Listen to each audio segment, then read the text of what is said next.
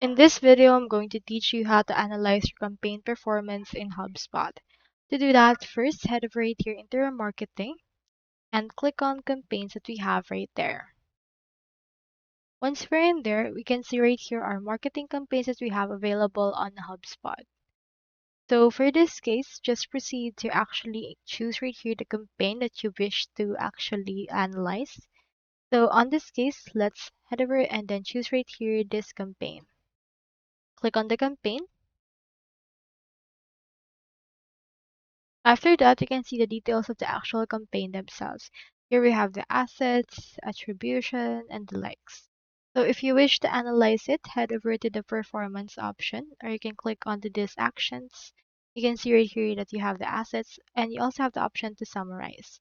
So for the summarization, you can see right here the AI descripted summary, and in there you can see the analyzation of your actual campaign.